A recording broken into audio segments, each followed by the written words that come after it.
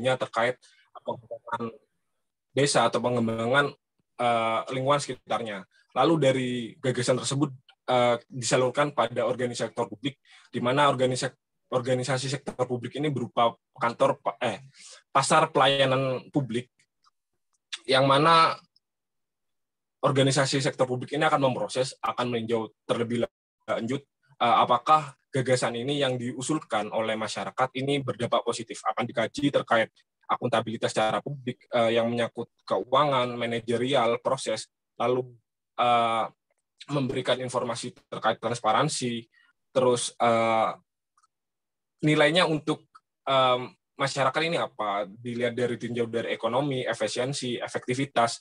Lalu ketika sudah dari pasar pelayanan publik ini menyetujui, lalu akan mengeluarkan memberikan hasil, yaitu memberikan public money, di mana public money keuangan ini bisa disalurkan kepada masyarakat yang memberikan ide tersebut. Nah, seperti tadi di berita juga menyinggung bahwa Menteri Cahyokumolo memberikan dana bantuan tambahan sebesar 50 juta. Lalu outputnya sendiri yaitu kesejahteraan rakyat. Apakah gagasan ini bisa memberikan kesejahteraan rakyat bagi masyarakat yang masyarakat atau gagasan-gagasan itu yang disalurkan itu atau yang dicanangkan gitu, Bu. Lalu untuk akuntabilitas program, saya rasa program ini memiliki tujuan yang jelas, Bu. Saya rasa tujuan ini, program dari pasar pelayanan publik ini memberikan suatu transparansi, memberikan suatu informasi kepada masyarakat khususnya di Banyuwangi yang kurang memiliki pengetahuan terkait administrasi publik atau mengalami pengurusan ini itu. Jadi saya rasa pasar pelayanan publik ini menyangkupi terkait akuntabilitas program. Untuk akuntabilitas kebijakan sendiri, saya rasa pastinya pihak yang bertanggung jawab atas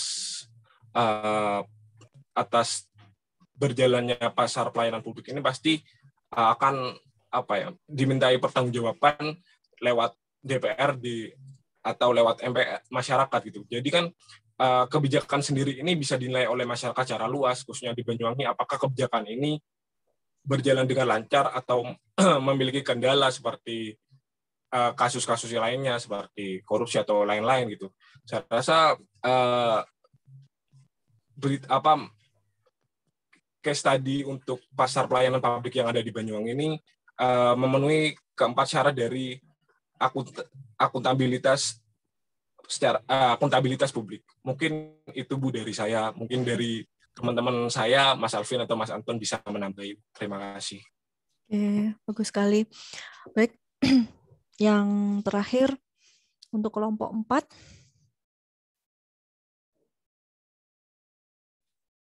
Silakan Mas Faisal. Ya, Bu. Terima kasih sewaktunya, Bu.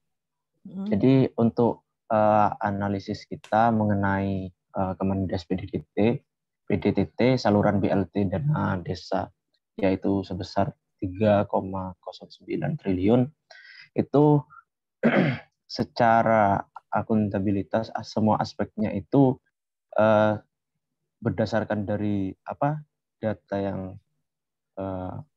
Bu Sadrina kirim tadi itu sudah sesuai semua.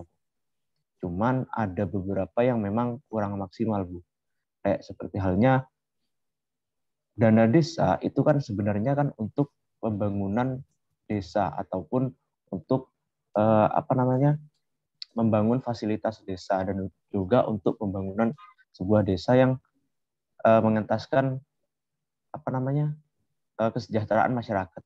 Tetapi pada tahun ini ataupun pada tahun sebelumnya merujuk pada apa yang disampaikan oleh Presiden Joko Widodo itu bahwasanya dana desa itu sebagian itu disalurkan untuk menjadi dana bantuan tunai. Jadi dana desa yang awalnya itu banyak sekali itu sebagiannya itu dijadikan untuk bantuan dana tunai untuk masyarakat di desa tersebut. Nah, dari aspek kejujuran, dan dari akuntabilitas kejujuran dan akuntabilitas hukum itu tidak ada masalah, Bu, karena sudah terdapat data yang jelas terkait jumlah dana BLT dan dana desa sebesar dana yang sudah tersalurkan hingga Mei ini, yaitu sebesar 21,9 triliun atau 30,48% dari keseluruhan, yaitu 72 triliun. Nah, untuk akuntabilitas prosesnya itu sebenarnya sudah sesuai, Bu, karena kan sudah transparansi juga, cuman mungkin dari secara pelayanannya ataupun masyarakat untuk mengakses mendapatkan informasi itu yang kurang, Bu, karena yang saya sadari juga itu bahwasanya masyarakat di desa itu kan kebanyakan itu kan kurang gaptek, Bu, ataupun kurang mengerti dalam hal teknologi informasi, Bu. Jadi masih banyak yang masyarakat ataupun pemerintah desa itu harus sosialisasikan kepada masyarakatnya yang memang itu belum mengetahui mengenai teknologi informasi, Bu. Karena semua informasi itu sekarang kan sudah digital, jadi kebanyakan itu berada di internet dan kebanyakan masyarakat desa itu kurang memahami dalam hal itu. Dan juga dalam hal programnya, karena programnya itu tujuannya itu untuk membantu masyarakat desa yang memang tidak memiliki yang tidak mempunyai mata pencarian. Jadi itu sudah sesuai juga, cuman ada beberapa yang memang yang belum terdata, Bu. Karena yang terdata itu kan yang sudah terdata itu yang mendapatkan program PKH dan juga bantuan sosial dari Kemensos dari provinsi. Nah, tetapi untuk yang masih belum terdata itu mereka data lagi, tetapi masih belum maksimal, Bu, karena mungkin mereka itu mendatanya itu kurang merata seperti itu. Jadi masih banyak masyarakat di desa itu yang masih belum merasakan dana desa sampai sekarang ini. Bantuan dana desa sampai sekarang. Dan juga dari akuntabilitas kebijakannya, itu kan kebijakan dana desa itu kan sebenarnya untuk pembangunan desa, tetapi dialokasikan untuk menjadi dana bantuan desa. Dan itu di artikel ini itu sudah terlaksana, cuman mungkin dari regulasi penyaluran dananya ataupun proses penyaluran dananya itu perlu adanya pengawasan, Bu. Sehingga dengan adanya pengawasan tersebut bisa tersalurkan sampai ke masyarakat desanya, Bu. Karena oke lah, kita dari artikel ini kita mendapati bahwasanya itu sudah tersalurkan sekian, tetapi proses pengawasannya itu tidak disebutkan di sini, Bu Mas. Karena pengawasan terhadap penyaluran dana yang begitu banyaknya itu apakah memang benar-benar sudah tersalurkan sampai ke masyarakat tingkatan bawah apa belum? Itu kan perlu adanya tinjauan ulang untuk Kemendes itu. Oke. Sudah, Mas? Jadi iya, Bu, mungkin ya. Kalau dari informasi ini dalam hal regulasi kepemerintahan ataupun pemerintah pusat itu sudah oke lah, Bu. Cuman mungkin perlu pengawasan dari tingkatan Kemendes, habis itu pengawasan terhadap provinsi, pengawasan terhadap kabupaten, pengawasan terhadap kecamatan, dan nantinya akhirnya itu pengawasan terhadap pemerintah desanya sendiri, sehingga memang benar-benar dana desa itu bisa tersalurkan dan harus adanya audit yang lengkap. Itu saja sih, Bu. Ya, oke. Wah, lengkap sekali ini. Nah, Ini ya, jadi garis besarnya adalah kenapa sih Bu Zarina siapkan kasus ini? Kasus ini adalah membuat Anda bisa membedakan, oh dari aspek ini toh ternyata akuntabilitasnya dia nggak melakukan. Tadi kan ada beberapa pendapat ya di kasus 1 terkait dengan ini kemarin cukup semarak ya, bukan cukup semarak, cukup menghebohkan Jember karena sampai ditangkap KPK. Nah, di sini semua aspek memang tidak terpenuhi karena apa ya itu tadi kita sudah bisa memilah ya teman-teman kan tadi sudah bisa memilah dari aspek kejujuran dan hukum dia nggak memenuhi, kemudian dari aspek kebijakan yang harusnya dia menyediakan mungkin pembijakan dari atas ya harus menyediakan atau mendata semua warganya dengan EKTP, KK, hingga akte kelahiran untuk anak-anak yang baru lahir, kebijakannya seperti itu, tidak boleh ada pungli dan segala macam, ternyata juga tidak dilaksanakan. Kemudian selama prosesnya pun tidak berlangsung sesuai dengan yang diharuskan. Apalagi programnya semua dilanggar kan gitu. Nah, untuk kasus yang kedua ini pasti Anda juga sering mendengarkan sampai ada yang mengkritik bahwa Bu Risma turun aja kalau marah-marah terus gitu ya. Takutnya nanti darah tinggi kan gitu ya. Nah, tapi beliau begini akhirnya itu memastikan bahwa kebijakan yang dari pusat sampai diturunkan sampai ke daerah itu berjalan sesuai dengan yang disuruh gitu loh. Kayak tadi ada yang memberikan komentar kalau dari kebijakan dari yang pelaksananya tidak berjalan dengan betul, ya percuma. Yang atas sudah menyalurkan, tapi di bawah nggak tersalurkan, makanya ada tersendat gitu ya penyalurannya. Sampai kemudian ada pelayanan publik yang dicanangkan sama Banyuwangi ya, sampai digitalisasi lah istilahnya. Karena ini juga semakin apa ya digaung-gaungkan oleh pemerintah bahwa sekarang kalau ngurus apa-apa itu harus gampang gitu loh. Kayak Bu Sadrina kemarin nguruskan taspen yang orang tua Bu Sadrina juga online, hanya cukup mengupload seperti itu.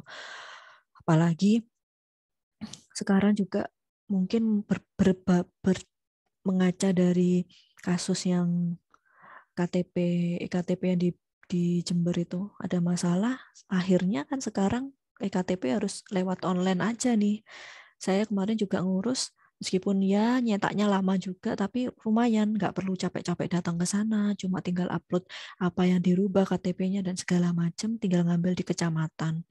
Yaitu bentuk progresnya lah dari tahun 2018, 2021-nya sudah seperti ini kan, berarti kan sudah ada perbaikan. Sampai ke akhirnya bahwa tadi saya luruskan ya, bahwa dana desa ini memang tidak sepenuhnya untuk infrastruktur.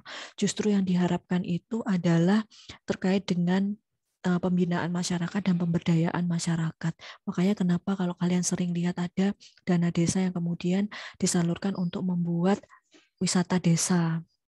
Pernah dengar kan di daerah di Pujon sana sampai terkenal sekali itu dari dana desa yang dikembangkan dan untuk dikembangkan oleh masyarakat untuk bisa menghasilkan bisnis, bukan bisnis ya, wisata baru sehingga nanti akhirnya menumbuhkan kesejahteraan masyarakatnya. Jadi akhirnya ada tempat wisata itu dari dana desa, pengelolaannya oleh masyarakat, akhirnya di wilayah-wilayah itu warganya juga bisa ikut jualan, ikut apa-apa sehingga akhirnya mereka juga sejahtera.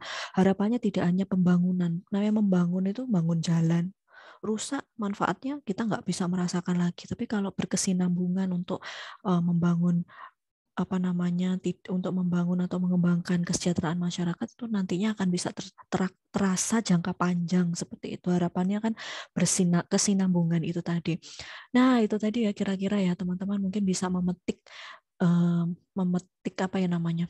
Memetik manfaat dari berdiskusi ini tadi. Tadi kan teman-teman sudah berkenalan sama teman-temannya.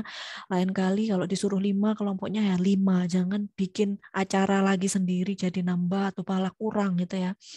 Supaya adil gitu ya. Orangnya yang mikir itu biar bareng-bareng. Itu yang pertama. Kedua, hasil diskusi kalian tadi silahkan dirangkum, ditulis dalam Word, jangan lupa menuliskan di dalam Word-nya itu nama-nama kelompoknya tadi. Kemudian Anda upload maksimal jam 12 siang nanti. Jadi untuk melihat bahwa ini kelompoknya tadi sudah sesuai dengan yang Bu Sadrina catat ini. Termasuk absennya nanti Bu Sadrina buka sampai jam 12 siang supaya adik-adik bisa absen karena barusan Bu Sadrina sudah cek sudah bisa. Jadi adik-adik hari ini mungkin habis ini ada kuliah lagi, silahkan dilanjutkan. Tapi itu tadi hasil diskusinya tolong diketik dalam Word. Hasil yang disampaikan Mas Faisal sama Mas Arif tadi kan banyak, itu bagus sekali, dikembangkan sedemikian mungkin sampai nanti bisa diupload. Jangan lupa nama kelompoknya dimasukkan di situ beserta NIM-nya. Kemudian filenya dijuduli nama kelompok, cukup perwakilannya tadi. Jadi kalau tadi kelompok 1 diwakili oleh Mas Ifal, cukup Mas Ifal. Tapi kalau seandainya Mas Ifal belum masuk di e-learning, boleh titip ke Mbak Rizka, Mbak Siti, atau Mbak Sri untuk menguploadkan. Jadi cukup satu kelompok satu saja yang upload. Jangan semuanya ya, nanti bingung malah nih. Itu aja. Dari Bu Sadrina, kurang lebihnya seperti itu.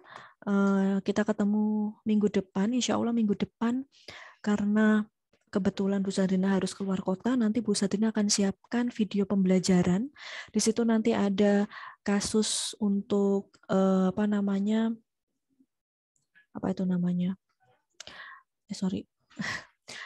kasus untuk kalian diskusi lagi dengan kelompoknya. Terserah mau tetap kelompoknya kayak tadi, tapi yang jelas ada batasan orangnya, jangan dilebihi ya, meskipun sangat ngefans sama Mas Faisal, jangan sampai Mas Faisal itu overload gitu, yang dibina sampai 5 padahal harusnya 4 aja gitu. Padahal tadi Mas Arif malah cuma 2 timnya, ya itu kan kurang, nggak adil nanti ya. Seperti itu. Jadi nanti minggu depan ada video pembelajaran akan Bu Sadrina masukkan ke dalam e-learning. Kemudian nanti kalian tinggal mempelajari bersama dan mendiskusikan bersama dengan kelompok kalian. Kalau dibutuhkan nanti room Zoom untuk mau berdiskusi bersama-sama, nanti bilang sama Bu Sadrina biar kalian bisa Bu Sadrina siapkan untuk berdiskusi di room Zoom-nya ya. Siapa tahu saya bagiin tugasnya ini gini, kalau cukup dengan grup WA ya nggak apa-apa, nggak masalah. Yang penting nanti kasusnya didiskusikan bersama-sama kelompoknya. Kurang lebihnya kayak gitu dulu ya. Sehat selalu ya teman-teman semuanya. Kita ketemu, semoga lebih aktif lagi, jangan itu lagi. Jadi nggak ada istilah lo lagi ya, harus gantian. Mas Faisal juga harus bisa, Mas Fauzi juga bisa mengetreat teman-teman di kelompoknya untuk bisa ini. Salam kenal buat teman-teman PMM yang lainnya. Sampai bertemu minggu depan. Wassalamualaikum warahmatullahi wabarakatuh. Salam sehat selalu. Waalaikumsalam warahmatullahi wabarakatuh. Waalaikumsalam warahmatullahi wabarakatuh.